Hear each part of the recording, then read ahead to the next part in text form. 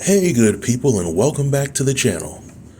I just finished watching Naked and Afraid Last One Standing Season 3 Episode 6. And if I had to give it a rating on a scale of 1 to 10, I will give it a solid 5. I felt that this week's episode was better than the past few episodes, but the big reveal for this episode really made me question the future of the spin-off series.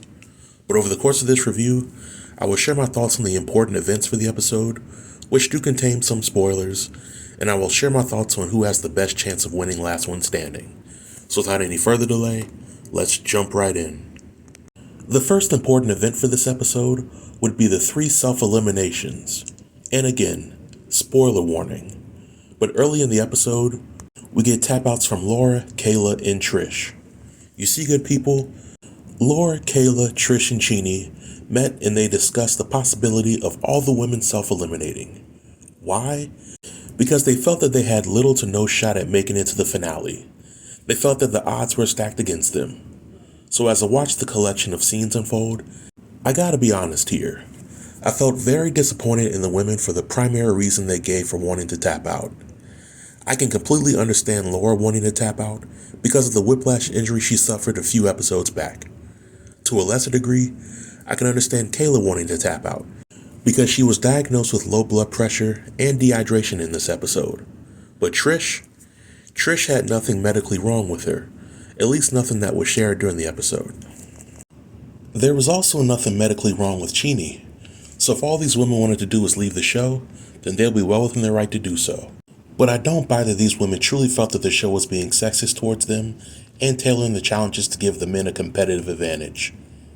So here's my take on the real reason why there was even a group discussion on a solidarity tap out.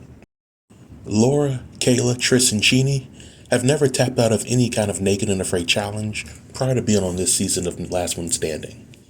In my opinion, these 4 women knew that the competition was just going to get more intense, and they didn't want to win as badly as the men did. An exception can be made for Laura, because she had an injury that should have gotten her med tapped, but it seems like she may have downplayed her injury to the medics in order to stay on the show. So I think that her tap out was inevitable. But for Laura and company to accuse the show of catering the challenges to the strengths of the men is complete BS. If we look at last year's Naked and Afraid Last One Standing, Kai was competing at a very high level with the men, and the challenges weren't any less physically demanding as the challenges for this season. Furthermore, it speaks to the mindset of Kai when she had the ability to make it to last season's finale, and she tried to compete in this season of Last One Standing after having major surgery. So in my opinion, if Kai was in the same position as Laura, Kayla, Trish, and Chini, Kai would have continued to compete until she was eliminated or med-tapped. So that's what I initially thought when I saw the scenes of the plot to self-eliminate in solidarity. But then I had time to reflect on the overall season. Thus far this season, Kai and Jamie have been med-tapped. Laura and Trish were on the verge of being med-tapped. Jermaine self-eliminated due to issues with his teammates and his injury. And then you have these 4 women discussing a plan to self-eliminate together. I bring all these things up because thus far in this season of Last One Standing, there have been nearly as many tap-outs this season as there have been the first 2 seasons combined. So what's really going on here? Is the harsh location really taking a toll on the cast members? Are the demanding challenges in addition to the harsh environment the reason for the tap-outs? Or are there things going on that we as a viewing audience don't get a chance to see prior to the tap-outs? Regardless of the reason, I don't foresee Last One Standing continuing on for many more seasons to come if half of its cast members, who are all seasoned vets of Naked and Afraid, are leaving the competition due to reasons outside of losing the challenge. So heading into season 4, the showrunners will have to do some major changes to the challenge location, the challenges, and who they're casting for the show if they want the show to have a brighter future. But all in all, Laura, Kayla, and Trish tapped out. Chini decided to stay in the competition, which has earned my respect because she didn't follow the crowd, and she didn't let the fear of failing prevent her from at least giving the upcoming challenges a try. I think it's also worth mentioning that as Trish, Kayla, and Laura were announcing their decision to leave, all the men were very supportive and encouraging for the women to stay. This type of support was the opposite of what Jermaine received when he contemplated tapping out, which I felt was very interesting. The second event that I want to discuss will be the challenge for this episode. With the departure of Laura, Kayla, and Trish, The remaining teams were disbanded, and all future challenges will be completed individually. For this particular challenge, all the cast members have to surrender all their earned items and participate in the challenge of accuracy and processing. The cast members had to make 3 successful kill shots with a bow and arrow, and then they had to successfully skin and process a feral rabbit. The person who finished this the fastest got the rabbit meat, a block of salt, and 2 survival items. The second place winner got the rabbit meat and 2 survival items. Third and fourth place got rabbit meat and 1 survival item. And the last person gets 1 survival item. I felt that this challenge was very interesting because it went against Trish's assumption that the upcoming challenges would cater to the natural physical strength and speed of men. This was a challenge that was rooted in eye coordination and knowing how to work with wild game. If Trish, Kayla, and Laura didn't tap out, and this was an elimination challenge, then I think Laura, even with her injury, could have competed in the challenge and been safe from elimination. I think Trish and Kayla would have been at risk for elimination, but only because they are not as skilled with a bow and arrow as everybody else.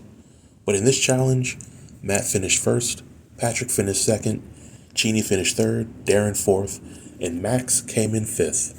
It seemed like Max may have been mentally impacted by his 2 teammates quitting and leaving him prior to the challenge. It just seemed like his head wasn't in the game. But I think that this challenge really set up how the upcoming Season 3 finale is going to unfold. Which brings me to the last part of the review. I'll talk about the remaining Survivalists, and I'll go in the order of strongest to weakest. The strongest is clearly Matt. Matt is relatively healthy and well fed. He has a block of salt and a bow and a knife, which in my opinion was a smart move. Taking the fishing asset seemed tempting, but having fishing assets at this stage in the game is a gamble, because you really don't know if the water will have anything worth catching. But I don't think that there's anything outside of a freak injury that will keep Matt from making it to the finale, and I think that he has the best chance of winning it all. Next is Patrick. Patrick has a bow and arrow and a fishing asset, but as previously stated, that fishing asset might not be as useful as Patrick would like. Nevertheless, Patrick is a fierce competitor, and with Matt seeing Patrick as a threat, I still expect Matt to do something to try to get Patrick out of the competition. I think Patrick will weather the storm and reach the finale. Next is Chini.